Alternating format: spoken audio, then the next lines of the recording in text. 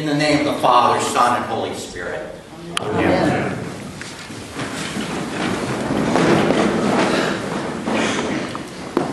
Good morning.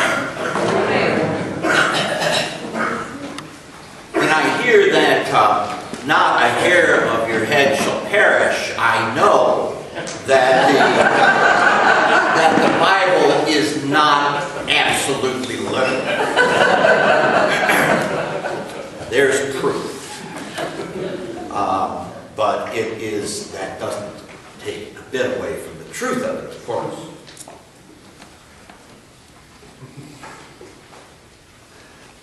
In the summer of 1994, my wife Sarah and I had the privilege of spending a month in the Holy Land, based in St. George's College in Jerusalem. And I have a picture here of myself 20 years ago now, nearly, walking with a group past some stones, and these huge stones. I don't remember the numbers, but just really gigantic building stones strewn all across next to the wall. And this lesson, this gospel passage that I just read, always makes me think of that experience.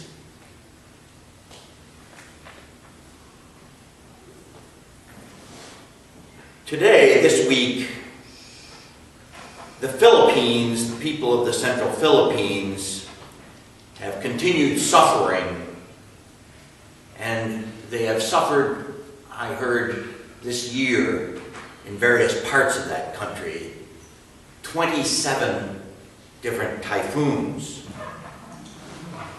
But of course, it includes this last and worst one, Haiyan.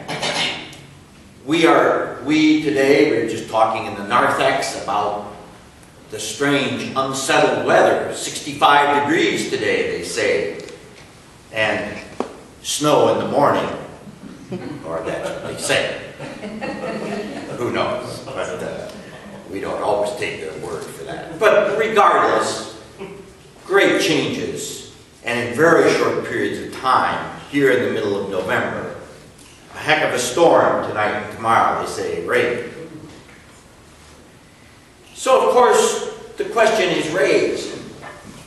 Is everything coming apart? Is everything falling down around our ears? Like the temple in Jerusalem, will the great buildings of downtown Grand Rapids come down? Will the new One Trade Center, One World Center, in New York City, will it, in its time, whatever that may be, of nature, come down? And of course, the answer is that yes. Yes, they will. Just look around. The biblical scholar Walter Brueggemann has written this, and I quote, "Our best institutions seem oddly dysfunctional. Churches worry about survival.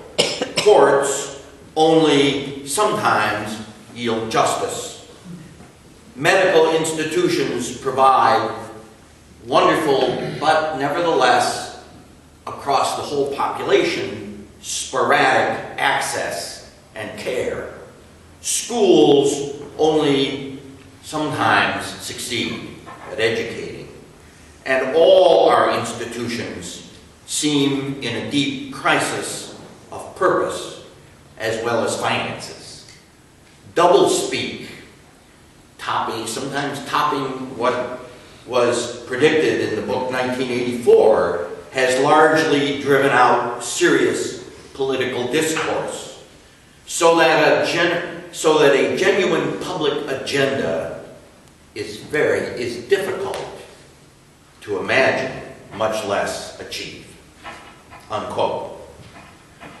What gets Jesus started in today's gospel is somebody's innocent remark in the first verse today about the beauty of the temple and its stones.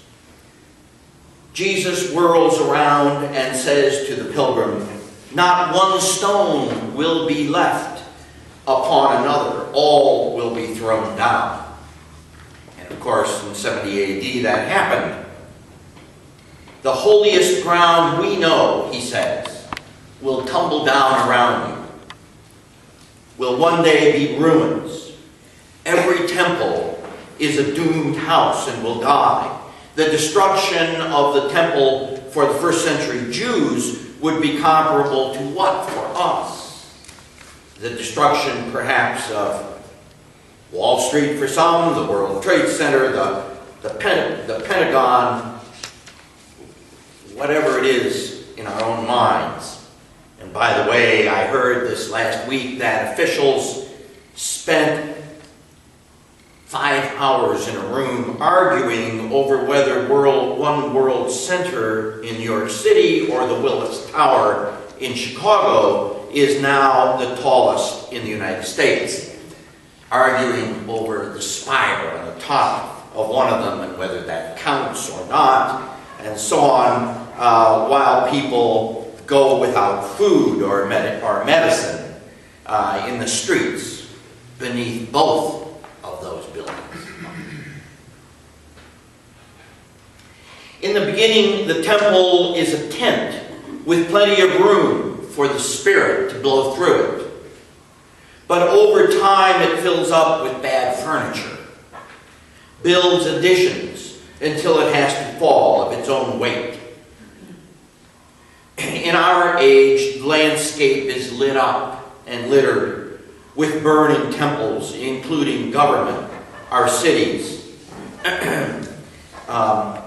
like Detroit, for instance, but just an instance.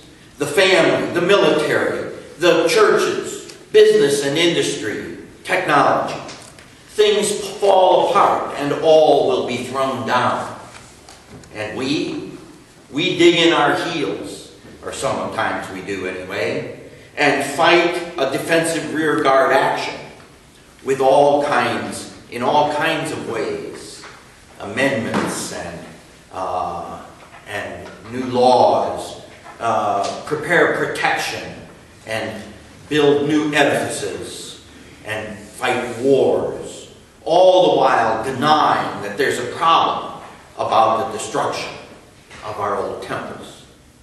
In God's kingdom, we would be better off to mourn the endings of our beloved institutions, to work with them indeed, but when the time comes, to mourn them and face their death in all our vulnerability, allowing then God to use that ending to generate new beginnings, which God does. To those whose temples are coming down or who are already down, Jesus' counsel is instructive. Beware that you are not misled. Do not be terrified. Do not prepare your defense in advance. I will give you words and a wisdom. By your super remaining, which is the meaning of that word endurance, by your endurance, you will gain or save your souls. In other words, don't be naive, but neither must we despair. Be prepared to improvise and trust in God alone.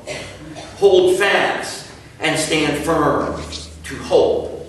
Nothing worth accomplishing will we achieve in our own lifetimes, but we contribute our part toward it.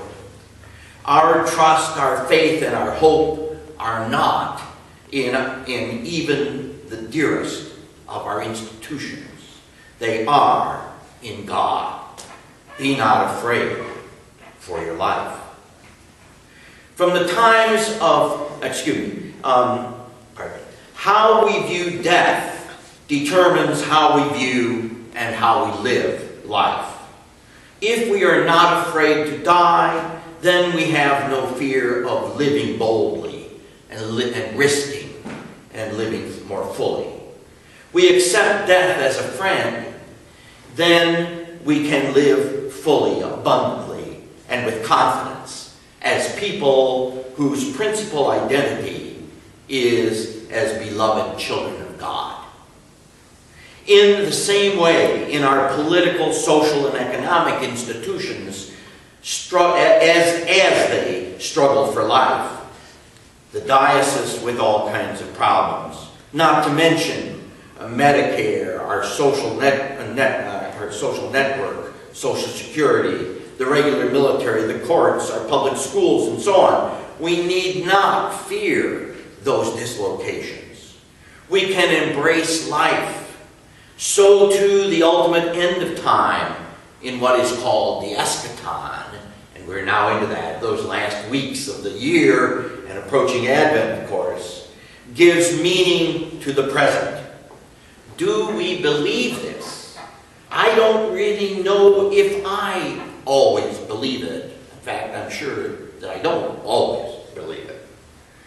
But to the degree that we do believe, and that we do remain faithful through hard times and good ones, being open and vulnerable to caring and loss and the grief of mourning the sickness and death of loved ones and beloved institutions without denial or defensiveness, then by that perseverance and patient endurance we will win our souls with God's help.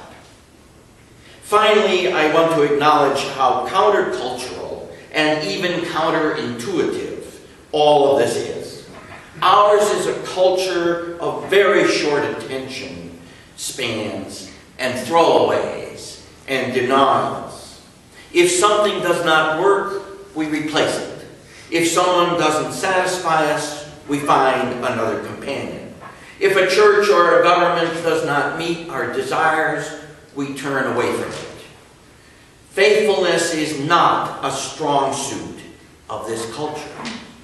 Perseverance and endurance in the face of difficulties and even persecution, God forbid, are not what we are about. That, however, is what God will reward with your souls, with our souls.